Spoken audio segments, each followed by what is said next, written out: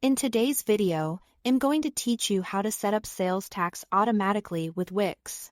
We will be going through the process directly from your Wix dashboard so you can make sure your store is charging tax the right way for the regions where you do business.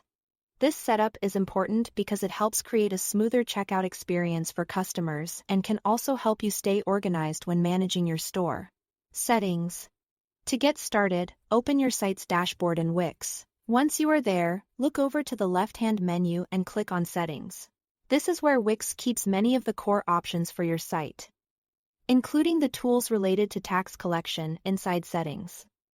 Select Tax. This section is where you will manage the locations where tax applies and how those taxes are collected during checkout. If this is your first time setting it up, take a moment to review the page so you understand how your store's tax configuration is organized. Next, click Add Location. From here, you can add your state or choose all the regions where you need to collect sales tax. This is a very important step, because tax rates can vary depending on where your customers are located. Once you've selected the correct location or locations, click Add to confirm. After that, open the location you just added. Now you will set up the tax rates that customers will be charged when they place an order from this location.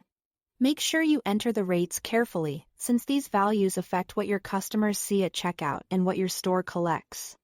You will also need to add the tax rates for form payments, as well as shipping and delivery. If those apply to your business, when everything looks correct, click Save. Now, go to the Tax Settings section.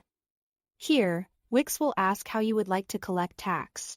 You will typically see options such as having tax added at checkout or indicating that tax is already included in your prices. Choose the option that matches the way your business displays pricing. If required, check the box to confirm your preference. This final setting is especially helpful because it controls how tax appears to your customers during the buying process. If you want pricing to look more transparent before checkout, included tax may make sense. If you prefer to show tax separately, adding it at checkout may be the better option. Once that's done, your automatic sales tax setup in Wix is in place. It's always a good idea to review your settings one more time to make sure each location and rate is accurate before customers begin placing orders. That's all to it. Thanks for watching.